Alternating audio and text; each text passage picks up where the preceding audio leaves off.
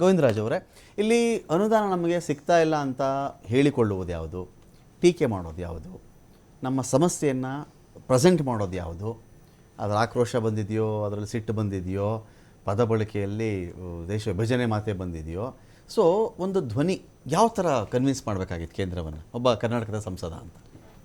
Sir, ಈಗ ಮಲ್ಲಿಕಾರ್ಜುನ್ ಖರ್ಗೆ ಅವ್ರು ಹೇಳಿರೋ ಪ್ರಕಾರ ತಪ್ಪು ಅಂತ ಆಯ್ತು ಅಲ್ಲಿಗೆ. ಸೊ ಕಾಂಗ್ರೆಸ್ನವ್ರಿಗೆ ಏನಾಗಿದೆ ಗೊತ್ತಾ ಸರ್, ಅವ್ರಿಗೆ ಬರ್ತಕ್ಕಂಥ ಚುನಾವಣೆಯಲ್ಲಿ ಸೋಲ್ ಕಾಣ್ತೀವಿ ಅಂತ ಬಹಳ ಪ್ರಬಲವಾಗಿ ಕಾಣ್ತಾ ಇದೆ. ಇಡೀ ದೇಶದಲ್ಲಿ ಸನ್ಮಾನ್ಯ ರಾಹುಲ್ ಗಾಂಧಿ ಅವರು ಜೋಡೋ ಯಾತ್ರೆ ಮಾಡ್ತಾ ಇದ್ದಾರೆ, ಇಲ್ಲಿ ಇವರು ತೋಡೋ ಯಾತ್ರೆ ಮಾಡಕ್ ಹೊರಟಿದ್ದಾರೆ. ನನಗೆ ಅರ್ಥ ಆಗ್ತಾ ಇಲ್ಲ, ಅವ್ರ ನಾಯಕರಲ್ಲಿ ತೋಡೋ ಅಂತ ಇರಲಿ, ಜೋಡೋ ಅಂತ ಇರಲಿ, ತೋಡೋ ಅಂತ ಇದ್ದಾರೆ. ನೆಕ್ಸ್ಟ್ ಬರ್ತಕ್ಕಂಥ ದಿನಗಳು ಕಾಂಗ್ರೆಸ್ ಇನ್ನೂ ಯಾವ ರೀತಿಯಾದ ತೀರ್ಮಾನಗಳು ಮಾಡಿ ಪದ ಬಳಕೆ ಭಾಷೆಗಳನ್ನ ಇವ್ರು ತಿರ್ಸ್ತಾ ಹೋಗ್ತಾ ಇದ್ದಾರೆ. ನನಗೆ ಅರ್ಥ ಆಗ್ತಾ ಇಲ್ಲ ಸರ್. ಈಗ ಒಂದು ಅನುದಾನ ವಿಚಾರದಲ್ಲಿ ಈಗ ಕೇಂದ್ರದ ಈಗ ನಮ್ಮ ಬೆಂಗಳೂರಲ್ಲಿ ಒಂದು ಹೆಚ್ಚಿನದಾಗಿ ತೆರಿಗೆ ಉತ್ಪಾದನೆ ಆಗ್ತಾ ಇದೆ ಸರ್.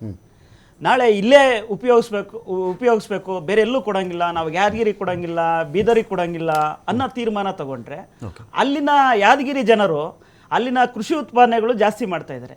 ನಾವು ನಾಳೆಯಿಂದ ಬೆಂಗಳೂರಿಗೆ ಕಳಿಸಲ್ಲ ಅಂತ ತೀರ್ಮಾನ ಮಾಡಿದ್ರೆ ಈ ಇರ್ತಕ್ಕಂಥ ಫೆಡರಲ್ ಸಿಸ್ಟಮ್ ಅಲ್ಲಿ ಯಾವ ರೀತಿಯಾದ ನಿಯಮಗಳನ್ನ ಪಾಲನೆ ಮಾಡಬೇಕಾಗತ್ತೆ. ಇವತ್ತು 60-65 ವರ್ಷಗಳ ಕಾಲ ಇಡೀ ದೇಶನ ಆಡಳಿತ ಮಾಡಿದ್ರಲ್ಲ ಕಾಂಗ್ರೆಸ್ನವರು ಸರ್, ಇದ್ರ ಉತ್ತರ ಭಾರತನ ಅಷ್ಟು ಅನುದಾನ ಹೋಗ್ತಾ ಇದೆ, ಅಲ್ಲೇನೋ ಅಭಿವೃದ್ಧಿ ಆಗಿದ್ರೆ ಭವಿಷ್ಯ ಇಷ್ಟೊಂದು ಅನುದಾನ ಯಾಕೆ ಹೋಗ್ತಾ ಇತ್ತು? 60-65 ವರ್ಷಗಳ UP ಆಗಿರ್ಬೋದು, ಪಂಜಾಬ್ ಆಗಿರ್ಬೋದು, ಜಾರ್ಖಂಡ್ ಆಗಿರ್ಬೋದು, ಹರಿಯಾಣ ಆಗಿರ್ಬೋದು, ಮಗದೊಂದು ಯಾವುದೇ ರಾಜ್ಯ ಅಷ್ಟೊಂದು ಹೋಗ್ತಾ ಇದೆ ಅಂತ ಇವತ್ತೆಲ್ಲ ಹೇಳ್ತಾರಲ್ಲ ಸರ್, ಅಲ್ಲಿ ಇವತ್ತು ಹೋಗ್ತಾ ಇದೆ ಅಂದರೆ ಅಲ್ಲಿನ ಅವಶ್ಯಕತೆ ತುಂಬ ಇದೆ ಅಂತ. ಅಂದರೆ ಅಲ್ಲಿನ ಬಡತನ ಇನ್ನೊಂದು ಡೆವಲಪ್ಮೆಂಟ್ ಆಗಿಲ್ಲ ಅನ್ನೋದು ವಿಚಾರ ಇಟ್ಕೊಂಡು ಸಹಜವಾಗಿ ಫೆಡರಲ್ ಸಿಸ್ಟಮಲ್ಲಿ GST ಕೌನ್ಸಿಲಲ್ಲಿ ಒಂದು ತೀರ್ಮಾನ ಆಗುತ್ತೆ. ಅಂತ ತೀರ್ಮಾನಕ್ಕೆ ಎಲ್ಲ ಹಣಕಾಸಿನ ಸಚಿವರು ಸೇರ್ತಾರೆ. ನಮ್ಮ ಕರ್ನಾಟಕದಿಂದ ಹಣಕಾಸು ಸಚಿವರು ಬಂದು ಸಿದ್ದರಾಮಯ್ಯರು ಇಲ್ಲಿವರೆಗೂ ಒಂದು ಮೀಟಿಂಗ್ ಹೌದು ಸರ್. ಈಗ ಹಣಕಾಸಿನ ಸಚಿವರು ಹೋಗಕ್ಕೋ, ನಾನು ಇನ್ನೊಬ್ರು ರೆಪ್ರೆಸೆಂಟೇಟಿವ್ ಮಾಡ್ತೀನಿ ಅನ್ನೋದಕ್ಕೋ ನಿಮ್ಮಲ್ಲಿ ಇದೇ ಸಮಸ್ಯೆ. ಸಾಕು ಗೋವಿಂದರಾಜ್ ಅವರು, ಪ್ರತಿನಿಧಿ ಸಾಕು, ರೆಪ್ರೆಸೆಂಟೇಟಿವ್ ಕರೆಕ್ಟ್ ಸರ್. ನಾನು ಹೇಳ್ತಾ ಇರೋದೇನಂದ್ರೆ ಹೌದು, ರಾಜ್ಯದಿಂದ ಒಬ್ರು ರೆಸ್ಪಾನ್ಸಿಬಿಲಿಟಿ ಹೋದಾಗ ನೋಡಿ ಸರ್, ಇಲ್ಲಿ ಬರ್ತಕ್ಕಂಥ ಅನುದಾನ ಕೇಂದ್ರದಿಂದ ಯಾವುದು ನಿಲ್ಸಕ್ಕಾಗಲ್ಲ, ಬಂದೇ ಬರ್ತದೆ. ಆದ್ರೆ ಇವತ್ತು ಇಲ್ಲ ಸಲ್ಲದ ಆರೋಪಗಳು ಇವ್ರಿಲ್ಲಿ ಆಡಳಿತ ಮಾಡಕ್ಕೆ ಆಗ್ತಲ್ಲ ಅಂತ ಪರಿಸ್ಥಿತಿಯಲ್ಲಿ ಎಲ್ಲದೂ ತಗೊಂಡೋಗಿ ಕೇಂದ್ರದ ಮೇಲೆ ಎಸೆಸ್ತಾರೆ. ಇವತ್ತು ಒಂದ್ ನಿಮಿಷ ಬರಗಾಲ ಬಂದಿದೆ, ಇಲ್ಲಿವರೆಗೂ ಯಾವುದೇ ಒಂದು ತೀರ್ಮಾನಗಳು ಮಾಡಕ್ಕಾಗಿಲ್ಲ. PD ಅಕೌಂಟ್ ಅಲ್ಲಿ ಅವಾಗ್ಲೇ ಹೇಳ್ದಂಗೆ 800 ಕೋಟಿ ಇರ್ತದೆ, ಇಲ್ಲಿವರೆಗೂ ಡಿಸ್ಟ್ರಿಬ್ಯೂಟ್ ಮಾಡಿಲ್ಲ.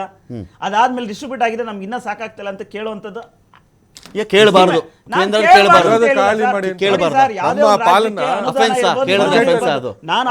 ಹೇಳ್ತಾ ಇಲ್ಲ, ನೀವು ಮಾಡೋ ಕೆಲಸ ಫಸ್ಟ್ ನೀವು ಮಾಡಿ. ನೀವು ಗ್ಯಾರಂಟಿಗಳು ಕೊಟ್ಬಿಟ್ಟಿದೀವಿ, ನೀನು ಮಾಡೋದ್ ಬೇಡ ಅಂತ ನೀವು ಕೊಡಿ ಅಂತ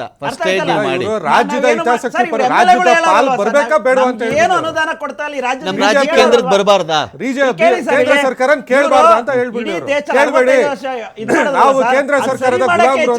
ವರ್ಷ ಆಗಿದೆ, ಲೂಟಿ ಹೊಡೆದ್ಬಿಟ್ಟಿದ್ರು, ತಲೆ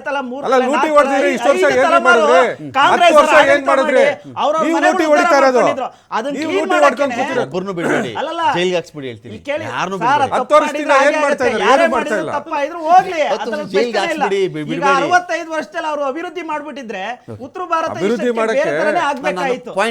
ವಿಷಯ ಬಂದ್ಬಿಡ್ತೀನಿ. ಒಂದು ನಿಮಿಷ ನಂದಿಲ್ಲಿ ಈಗ ಒಂದು ಪಾಯಿಂಟ್ ಹೇಳ್ತಾ ಇದ್ರು ನೋಡಿ, ಬೆಂಗಳೂರಲ್ಲಿ ತೆರಿಗೆ ಜಾಸ್ತಿ ಉತ್ಪತ್ತಿ ಆಗುತ್ತೆ, ತುಂಬ ಹಣ ಇಲ್ಲಿಂದ ಬರ್ತಾ ಇದೆ ಅಂತ ಹೇಳಿ ಯಾದಗಿರಿನೋ ಬೀದರ್ನೋ ಗುಲ್ಬರ್ಗನೋ ನಾವು ಕಡೆಗಣಿಸೋಕ್ಕಾಗಲ್ಲ. Valid question. At the same time Bengaluru ಇದೆಯಲ್ಲ, ನಾವಿಲ್ಲಿ ಬೆಂಗಳೂರಲ್ಲಿ ಇದ್ದೀವಿ ಅಂತ ಈ ಮಾತು ಹೇಳ್ತಿಲ್ಲ, ಅಥವಾ ಯಾವುದೋ ಒಂದು ಜಿಲ್ಲೆ ಜನಗಳನ್ನು ನಾವು ಬೇರೆ ಥರ ನೋಡ್ತಿದ್ದೀವಿ ಅಂತ ಅರ್ಥೈಸಬೇಕಾಗೂ ಇಲ್ಲ.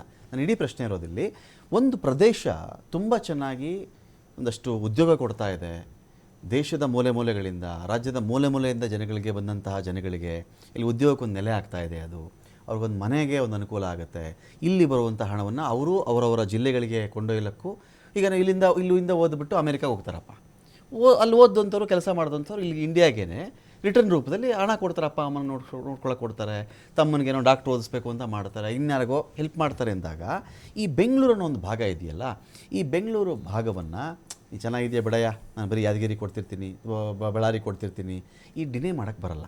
ನಾನು ಈಗ ಒಂದು ಮನೆಯಲ್ಲಿ 4 ಮಕ್ಳು ಇರ್ತಾರಪ್ಪ, ಒಬ್ಬ ಮಗ ದುಡಿದಿರ್ತಾರೆ, ಇನ್ನು 3 ಮಗ ದುಡಿಯಲ್ಲ ಅಂತ ಅಂದ್ಕೊಳ್ಳೋಣ ಫಾರ್ ಎಕ್ಸಾಂಪಲ್. ದುಡಿಯೋವಂಥ ಮಗ ನಾನು ನಿನ್ಗೆ ಊಟ ಹಾಕಲ್ಲ, ದುಡಿತಾ ಇದೆಯಾ ನೀನು, ನಿನ್ನ ನೀರು ಕೊಡಲ್ಲ, ನಾನು ಆ ಮಗು ನೋಡಬೇಕು ಅವ್ನು ದುಡಿತಿಲ್ಲ, ಈ ಮಗು ದುಡಿತಿಲ್ಲ ಅಂತ ಹೇಳ್ತಾನೆ ಇದ್ರೆ ಆ ಮಗ ಏನು ಮಾಡ್ತಾನೆ, ನಾನು ದುಡಿತಿರೋದೇ ತಪ್ಪ, ನಾನು ತೆರಿಗೆ ಕಟ್ತಾ ಇರೋದೇ ತಪ್ಪ, ನನಗೊಂದು ಅನ್ನ ಕೇಳಿದ್ರೆ ಕೊಡಲ್ಲ, ನೀರು ಕೇಳಿದ್ರೆ ಕೊಡಲ್ಲ, ಬರ ಅಂದರೆ ಕೊಡಲ್ಲ ಅಂದರೆ ಅದಕ್ಕೆ ಅವ್ನಿಗೆ ಹರ್ಟ್ ಆಗಲ್ವಾ ಅದು? ಸರ್ ನಾನು ನೀವು ಯಾವ ಆ್ಯಂಗಲಲ್ಲಿ ಅನಲೈಸ್ ಮಾಡ್ತಾ ಇದ್ದೀರಾ ಯಾವ ಆ್ಯಂಗಲ್? ಅದೇ ಆ್ಯಂಗಲ್. ಈಗ ನನ್ನ ಪ್ರಶ್ನೆ ಇರ್ತಕ್ಕಂಥದ್ದು, ಈಗ ಅಲ್ಲಿ ಯಾದಗಿರಿಲಿ ತೆರಿಗೆ ಕಮ್ಮಿ ಆಗುತ್ತೆ, ಆದ್ರೆ ಅವ್ರು ಇನ್ಸ್ಟೆಡ್ ಬೇಕು ಅಲ್ಲ ನಾನು ಕೊಡಬಾರ್ದು ಅಂತ ಹೇಳ್ತಿಲ್ಲ, ಹಾಗಂತ ಅಲ್ಲಿ ಕೊಡ್ತಾ ಇದ್ದೀನಿ ಅಂತ ಹೇಳಿ ಬೆಂಗಳೂರು ನಿರಾಕರಿಸಕ್ಕಾಗಲ್ಲ. ನಿರಾಕರಿಸಬೇಡ, ಅಷ್ಟೇ ನನ್ನ ಪಾಯಿಂಟ್. ಅವ್ರದ್ದು ಖಂಡಿತ ಕೊಡ್ಲಿ ಹಂಗಂತ ಹೇಳ್ಬಿಟ್ಟು ನಾವು ಇರೋದೆಲ್ಲ ನಾವೇ ಬಳಸ್ಕೊಂತೀವಿ ಅನ್ನೋದಾದ್ರೆ ಕಾನೂನೇ ಇರುತ್ತಲ್ಲ ಗೋವಿಂದರಾಜ್ ಅದನ್ನೇ ಅವರೇ. ಆ ಕಾನೂನು ಅವ್ರಿಗೆ ಅರ್ಥ ಆಗ್ಬೇಕಲ್ಲ. ದಿನೇಶ್ ಅವರೇ, ಕೊಟ್ಟೇ ಇಲ್ಲ ನೀವು ಇರೋದನ್ನ ನೋಡಿ, ಕೊಟ್ಟೇ ಇಲ್ಲ ಅನ್ನೋದು ನಿಮ್ಮ ಭ್ರಮೆಲ್ ರೀ. ರೆಕಾರ್ಡ್ಸ್ ಅಂಕಿಅಂಶ ಡಿಬೇಟ್ ಆಗಲಿ, ನಿರ್ಮಲಾ ಸೀತಾರಾಮ್ ಅವ್ರ ಪತಿನೇ ಹೇಳಿದ್ರು.